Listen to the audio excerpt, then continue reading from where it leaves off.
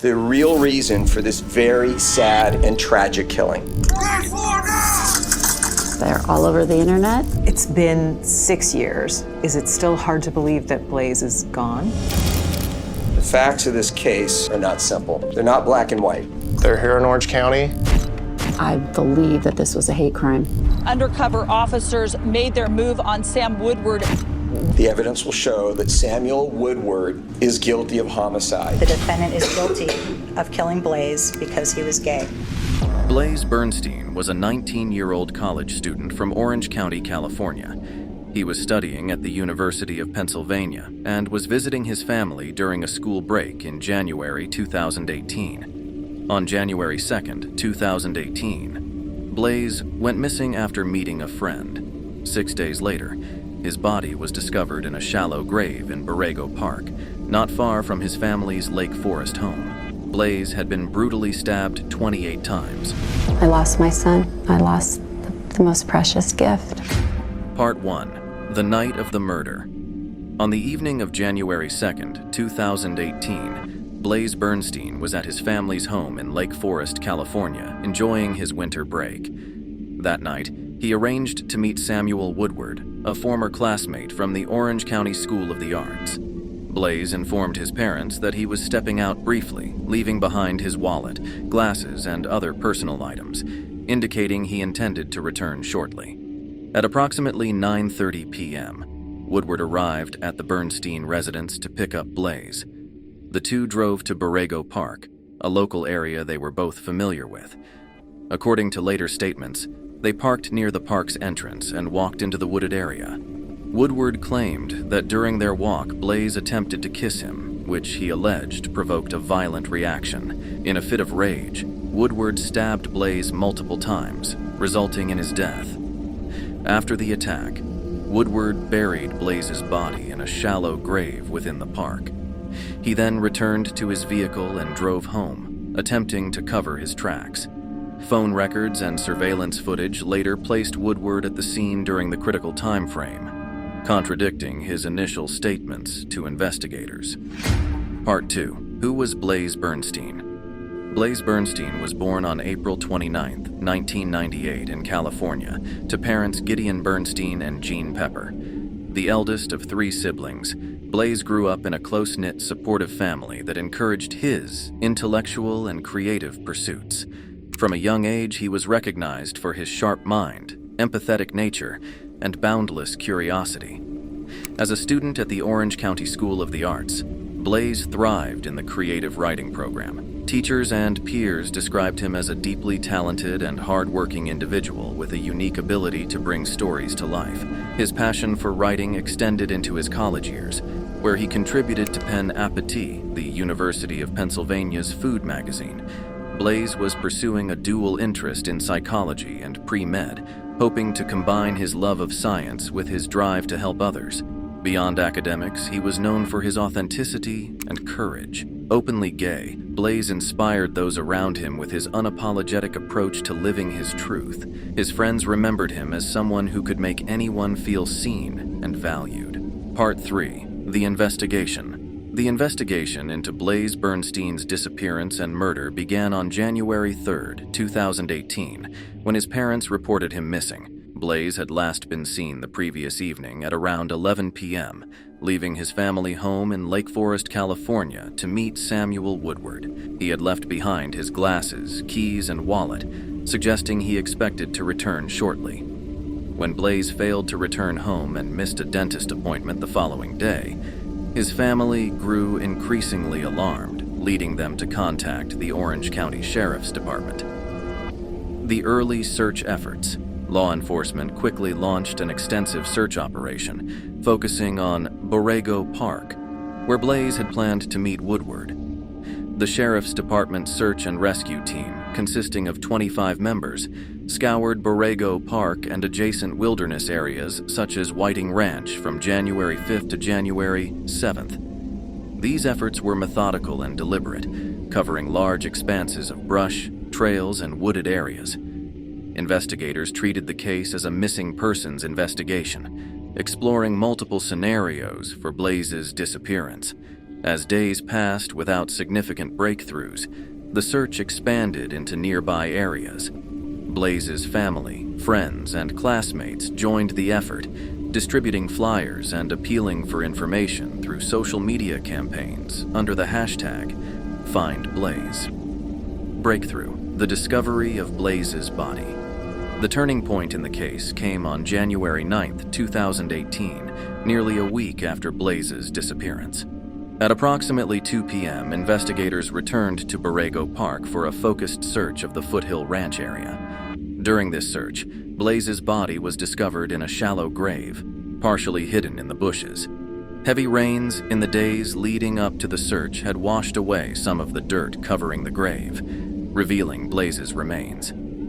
The scene was immediately secured, and the case was reclassified as a homicide investigation. Although the sheriff's department initially withheld details about the condition of Blaze's body, an autopsy later revealed the extent of the violence he suffered. Blaze had been stabbed 28 times, with injuries concentrated on his neck and face. The intensity of the attack suggested that the crime was driven by personal animosity or hatred rather than a random act of violence. Woodward's initial statements and emerging suspicions. From the outset, Samuel Woodward was identified as a key person of interest. Investigators learned that he was the last person to have seen Blaze alive. Woodward voluntarily spoke with investigators, claiming that he and Blaze had driven to Borrego Park together, but that Blaze had walked off alone with an unidentified individual. However, inconsistencies in Woodward's account and his behavior raised immediate suspicions.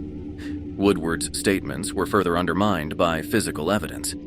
Investigators noticed scratches on his hands, which he attributed to his participation in a fight club, a claim that could not be substantiated. Blaze's parents, desperate for answers, reviewed their son's online activity and discovered that the two had reconnected through a dating app for men seeking men, where Woodward had messaged Blaze just hours before their meeting. Surveillance footage, phone location records, and witness statements ultimately placed Woodward at the crime scene during the critical time frame. These findings shifted the investigation's focus toward Woodward's potential involvement in Blaze's murder. Forensic evidence and key breakthroughs. The discovery of Blaze's body yielded crucial forensic evidence. A knife engraved with Woodward's father's name was found to contain Blaze's blood, directly linking Woodward to the crime. Additionally, blood droplets matching Blaze's DNA were discovered on a skull mask associated with Woodward.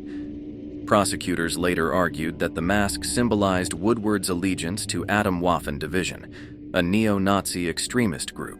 The autopsy findings further reinforced the theory that Blaze's murder was premeditated and motivated by hatred. The ferocity of the attack and the choice of a secluded location suggested planning. Investigators began delving into Woodward's background, uncovering disturbing connections to extremist ideologies. Woodward's neo-Nazi affiliation. Months of investigation revealed that Samuel Woodward was a devoted member of Atomwaffen Division, a violent neo-Nazi group linked to multiple murders across the United States.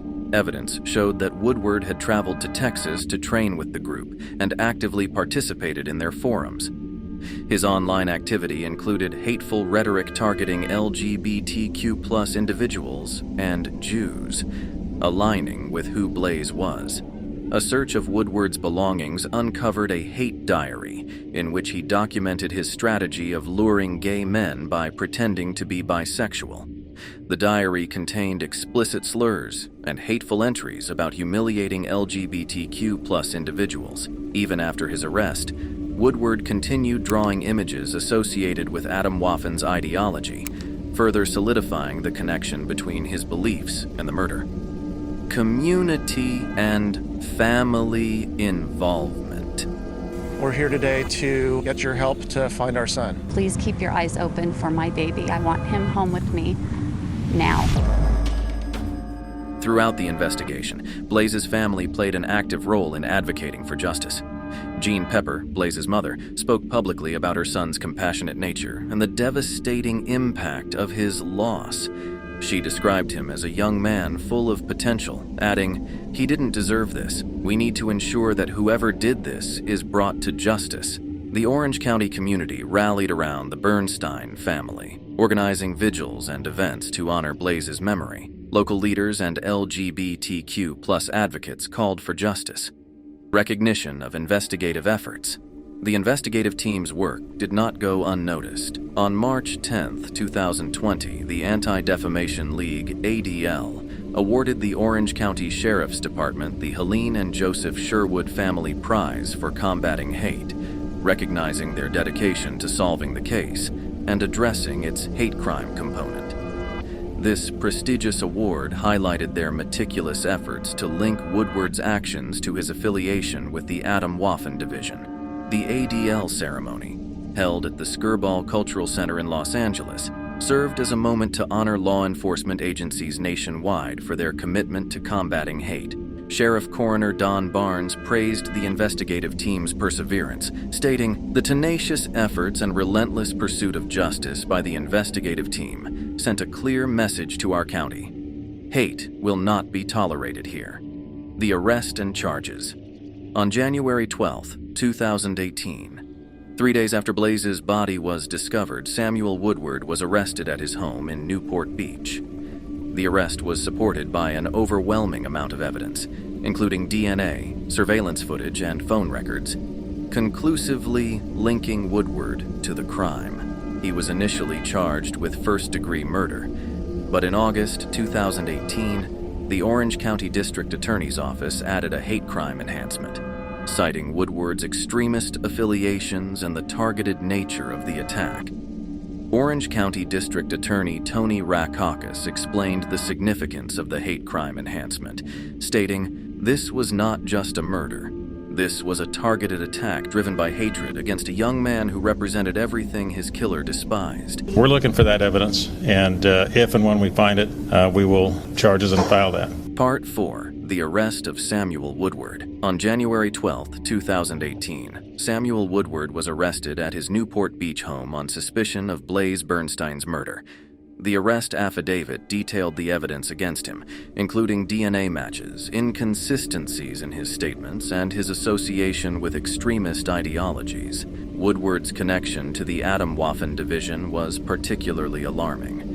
Members of this group had been linked to various violent acts across the country.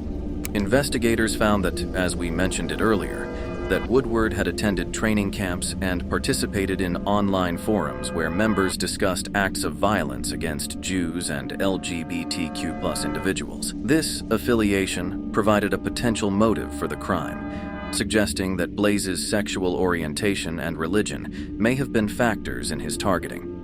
In August 2018, prosecutors added hate crime enhancements to Woodward's charges, citing evidence that Blaze's murder was motivated by his sexual orientation and religion. Orange County District Attorney Tony Rackauckus stated, "We will prove that Woodward killed Blaze because Blaze was gay." Part 5. The Trial. The trial of Samuel Woodward for the murder of Blaze Bernstein began in April 2024, 6 years after the brutal crime. Delayed by procedural challenges and the COVID-19 pandemic, the long-awaited trial brought to light a quantity of new evidence and insights into the motivations and dynamics surrounding the case. The courtroom became a stage for conflicting narratives, each attempting to make sense of the horrifying events of January 2, 2018. The prosecution's case, expanding the hate crime narrative. Led by prosecutor Jennifer Walker, the state's case focused on establishing that Woodward's actions were premeditated and motivated by deep-seated hatred, targeting Blaze for his sexual orientation and Jewish identity. The prosecution began by explaining to the court that Woodward was a member of Adam Waffen Division, a neo-Nazi organization notorious for its violent rhetoric and involvement in hate crimes across the United States. Walker introduced evidence that Woodward had planned the attack, bringing with him a folding knife, a mask associated with Adam Waffen, and a tool described as a shovel-like device. She argued that these items showed Woodward's intent to harm Blaze and conceal the evidence of his crime. Walker stated in her opening remarks, "Samuel Woodward preyed on gay people. His hatred didn't stop there. It extended to Blaze's very existence as a Jewish man. One of the pivotal moments in the trial came with the introduction of testimony from Blaze's mother, Jean Pepper. Walker asked Pepper about her family's religious identity, to which she firmly replied, "We are a Jewish family." This statement marked a significant shift in the prosecution's strategy, which had initially emphasized the anti-gay nature of the crime. By tying in Blaze's Jewish identity, the prosecution aimed to demonstrate that the murder was fueled by both intersecting prejudices. Walker also presented forensic evidence linking Woodward to the crime. DNA from Blaze's blood was found on the knife retrieved from Woodward, and the injuries inflicted were consistent with a targeted, highly personal attack. The autopsy revealed that Blaze had been stabbed 28 times, with many wounds concentrated on his face and neck. The defense arguments, questioning premeditation. Samuel Woodward's attorney, Ken Morrison, adopted a very different approach, acknowledging that his client unlawfully killed Blaze, but denying that the murder was premeditated or motivated by hate. Morrison portrayed Woodward as a young man grappling with internal struggles, including his upbringing in a homophobic household. He suggested that Woodward's reaction was not rooted in ideology, but in personal confusion and emotional turmoil. Morrison introduced text messages between Blaze and his friends, where Blaze expressed a playful and flirtatious attitude toward Woodward. In one text, Blaze wrote about the prospect of seducing his conservative former classmate, describing it as legendary. The defense argued that these messages demonstrated Blaze's intent to provoke Woodward, which, according to Morrison, led to a spontaneous and violent reaction. The defense also pointed to Woodward's diary entries, which revealed a pattern of leading on gay men and humiliating them.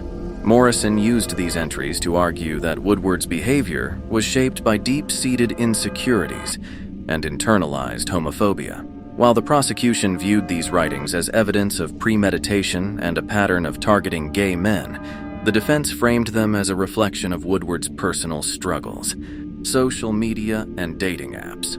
A significant portion of the trial focused on the role of social media and dating apps in the events leading up to Blaze's murder. The prosecution and defense both examined the interactions between Blaze and Woodward on platforms like Tinder and Snapchat. In June 2017, the two had initially matched on Tinder, where Blaze expressed surprise at seeing his conservative former classmate on a male-seeking male dating app. Blaze's messages to friends suggested he was intrigued by the situation, speculating about Woodward's sexual orientation and even joking about the potential for a romantic encounter. However, their interaction on Tinder ended abruptly, with Woodward cutting off contact after a brief exchange.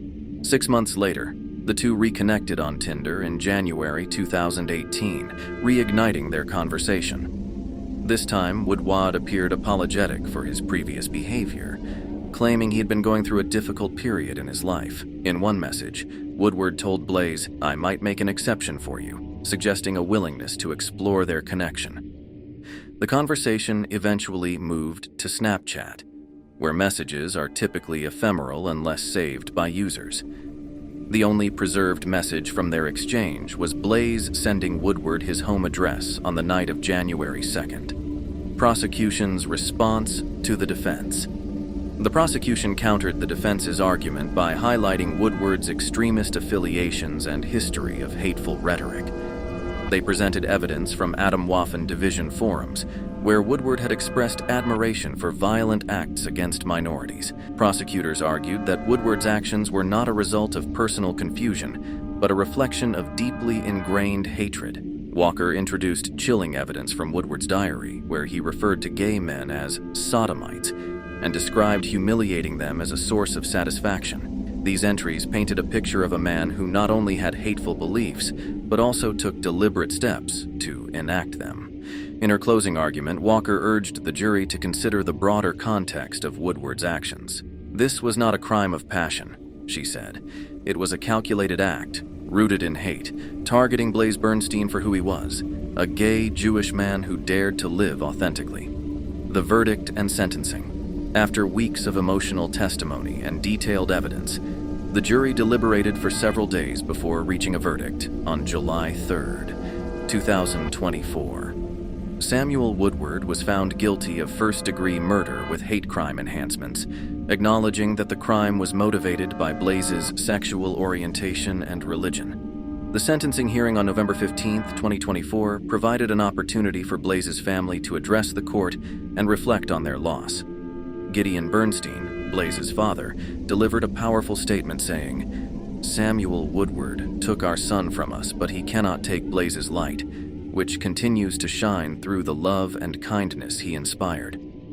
Woodward was sentenced to life in prison without the possibility of parole, ensuring that he would never have the opportunity to harm another person. Part 6. The Impact of Blaze's Death. In the wake of Blaze's murder, his parents, Gideon Bernstein and Jean Pepper, launched the Blaze It Forward movement. This initiative encourages people to perform acts of kindness in Blaze's memory, ranging from community cleanups to helping those in need. What began as a local tribute grew into a global phenomenon, with thousands participating in Blaze It Forward campaigns across social media and in their communities. Jean Pepper explained the philosophy behind the movement. "We want to honor Blaze by spreading the kindness he embodied. Hate may have taken him from us, but love will keep his memory alive." Raising awareness about hate crimes. Blaze's case became a rallying point for LGBTQ+ and Jewish advocacy organizations. Groups such as the Anti-Defamation League, ADL, and Human Rights Campaign, HRC, used his story to highlight the prevalence of hate crimes in the U.S. According to the FBI, hate crimes targeting sexual orientation and religious identity have steadily risen, underscoring the urgent need for stronger protections. Legislators and activists also called for increased oversight of extremist groups like Adam-Waffen Division, asking for stricter monitoring of online platforms that serve as breeding grounds for hate. Community resilience. Blaze's community in Orange County came together in an unprecedented show of solidarity. Vigils were held in his memory, bringing together people from diverse backgrounds to stand against hatred.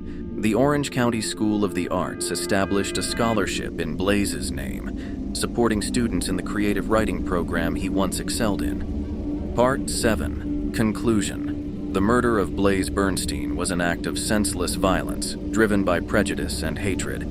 Yet, Blaze's story is far more than a tale of loss. It is a proof to the enduring power of love and kindness. Through the Blaze It Forward movement, his legacy continues to inspire people around the world to reject hate and embrace compassion.